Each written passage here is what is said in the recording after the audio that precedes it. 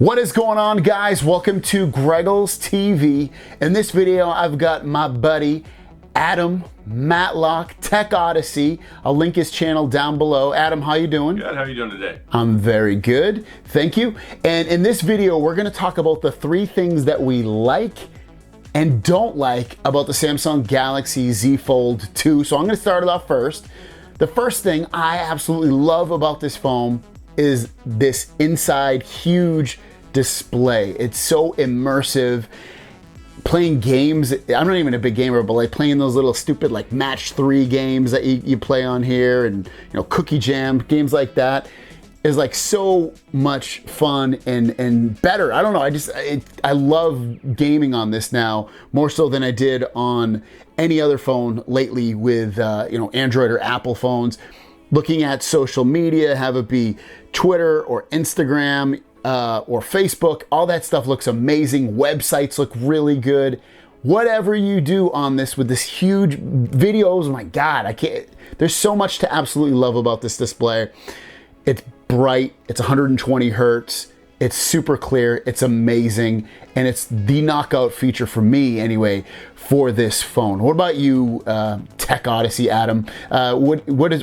What's your first feature that you absolutely love about the Z Fold2? So I gotta say that my favorite feature that I want to say first off is the battery life. Now, I was a little skeptical going into this with the 4500 milliamp battery because I didn't think it was too amazing in the Note 20 Ultra, but bouncing back and forth between the regular screen and the screen on the inside, it's a really great battery balance, and it lasts me all day, so I'm really impressed. Battery life, that's a good one. See, for me, I'll just to counteract that for a second. For me, battery life is a mixed bag. I get about between 5 and 6 hours, but I mean, I'm fine with it. But ultimately, my second favorite thing about this is the speed. This is one of the smoothest Galaxy devices you can get. It's got the Snapdragon 865 in this.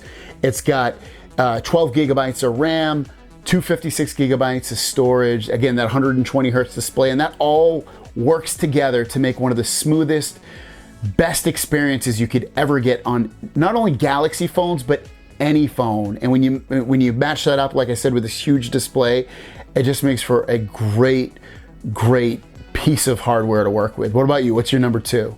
My number 2 on here is the cameras. I wasn't as impressed with the cameras on the original Fold, but they really stepped up their game with the cameras on this one. You've got 3 12 megapixel cameras here on the back, telephoto, wide angle, and the primary. You've got pro video mode, all that great stuff. So I think that it's great. If you've got a pro caliber or a ultra premium flagship phone like this, you need good cameras, and these right here are fantastic. I agree with you. They're really good cameras. Front, back, doing video, taking photos. You're gonna be very happy with it. The third thing that I really love about this is the speakers. These are tablet quality speakers. I don't mean like crappy tablet. I'm talking like if you've had like iPad speakers, I mean, they might not be that good, but they're right up there. These are really amazing speakers. I think personally, they're the best speakers you can get on any phone. So they took advantage of having such a huge phone, when this is completely wide open, to really make amazing speakers. There's stereo speakers at the top and at the bottom. And when you're listening to music, when you're on phone calls, when you're watching videos, playing games, all of that it all melts together. It's this immersive atmosphere of technology, big display, everything's fast, big, awesome sound. That's my number 3. What about you, Adam? With mine, I'm going to touch on what you said in the beginning with the screens.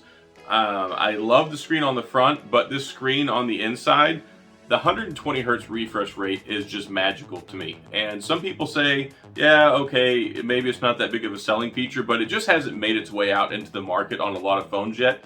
And the fact that they were able to get it on this folding display, 1, is fantastic, and 2, it's perfect for gaming. Like you said, this is a gaming phone. It's not primarily a gaming phone, but when I say it's a gaming phone, you can play anything. This will go toe-to-toe with some gaming computers whenever you're playing some of these games. So that 120 hertz, really responsive screen, no motion blur, and it just looks gorgeous, this giant AMOLED panel. So that's the seals the deal for me.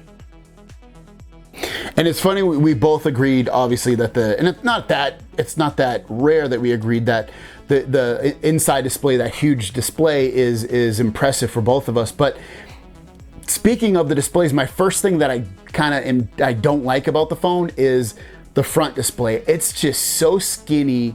It's tall, but it's so skinny. When you want to type something, it feels so cramped, incredibly cramped. The keyboard is tiny, tiny small. It's doable. When I'm walking, that's when I generally will use this display. At home, I don't use this really at all if I'm just checking the phone quickly. But as you get older, your eyesight's not as good. So even reading the notifications and things on here are kind of small. So that front display, I really, really wish it was bigger. I mean, we'll see where they go with future generations, but for this one, it is a little bit of a turnoff. It's usable, but I just wish it was bigger. What's your number one first thing about this phone that you don't like? So I gotta say that the number one thing I don't like is that it's stuck with the 256 gigabytes of storage, and it doesn't have expandable storage. That's problematic for me. When you buy a $2,000 phone, you should have a little bit more options with that. So being stuck with just whatever you buy with the storage, yeah, I know cloud stuff is getting great for backing things up, but there's really no substitute for having the internal storage to go, with the phone itself. Yeah, I think that's a great point. For me, I'll be honest with you, 256 is completely fine. No SD card, again, completely fine. But paying $2,000 for this phone and not getting top quality, high amount of storage is such a good point. My number two is not really about the phone so much. I mean, it is about the phone, but it's not the phone itself, and it's accessories, and the accessories being cases. At the time of making this video, it's extremely difficult to get cases for this phone. I mean, you can order one. A lot of them are coming in October. I'm making this video in September. So not being able to get a case right off the bat, or one being included inside the box, like I think the first generation had, is a big turnoff. That's probably one of the main things I would tell people to hold off with, is if you're thinking about buying the phone, maybe wait a little bit until you can get a case, unless you're very careful with your phone. And even at that, get the insurance at the very least. It's $11.99 through Samsung. Definitely recommended. It makes the deductibles way smaller. $100 to replace the phone if they can't fix it, and $29 to fix it. What's your number two that you just don't like about this phone? So I gotta piggyback and take the same exact answer. I just made a video earlier today and I was ranting about that. If you've got a $2,000 phone, you've got to have a way to protect it. And the thing is, the original Fold, like you said, did have a case that came with it. Love it or leave it, it was there and it worked really well, at least until some other viable options came out of the market. Now, I like that they put a screen protector on the front and the inside. That's great, but I am super worried about dropping this, scratching it up, messing it up. We just shouldn't live in this reality, especially for a $2,000 phone. Great, yes, Samsung does have a $79 case that only goes on the back. It doesn't even cover the front. And then if you want to get a Speakin', or if you want to pick up one of the other brand names that you can get on Amazon, I think the earliest date I've seen is like October the 16th. So like you said, yes, cases are coming. They're not available right now. If you're looking to get one, make sure you have the insurance. If not, maybe hold off 3 or 4 weeks until these cases are available so you can protect it properly. Yep. My third thing is the price. It's so expensive. It's $2,000.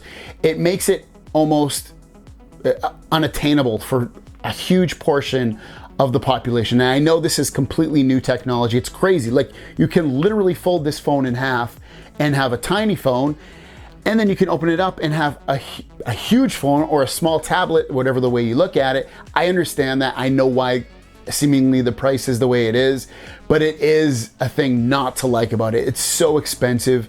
As time goes on and the technology improves and gets cheaper, the price will come down. But it's a phone that I could show to probably a lot of people, and they're gonna absolutely love and be, oh my God, I want that. How much does it cost? $2,000. Oh my God, I'm not gonna buy that. So the price is obviously a huge turnoff for this phone, but other than that, an absolutely crazy, fun, amazing phone. What's your number three, Adam? So I gotta revisit what you talked about a minute ago when it comes to the front screen. I still think it can be better.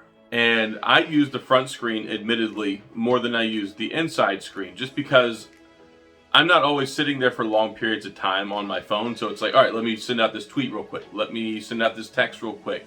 It has gotten better. I mean, of course, the original one, the screen was much smaller than this. So I give Samsung major kudos for expanding it, making it where it stretches out the full length of the screen, but they didn't really make it much wider.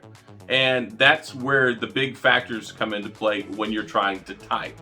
So I think that it could be a little bit wider. It's very pocketable right now. It's very easy to hold in the hand. I think they could have maybe added like an extra half an inch. I mean, that extra half an inch would have gone a long way into being able to get your thumbs on the screen better, to type, and to communicate better. So I think that could have been better. I do want to go ahead and talk about, just real quick, you talked about the price.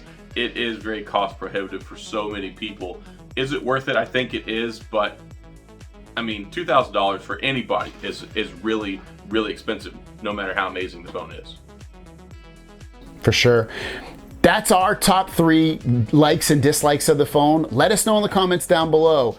What is your top 3 things? If you have this phone, what are the top 3 things you don't like? Even if you don't have this phone, let us know. I mean, you've seen enough videos on this thing probably already. Let us know what you guys think in the comments down below. Also, don't forget to follow Adam. Again, his channel is called TechOdyssey. So check it out. It's linked in the description down below. Thanks, Adam, for coming on the show today. Of course, man. Thanks. Always a pleasure. See you guys down the road.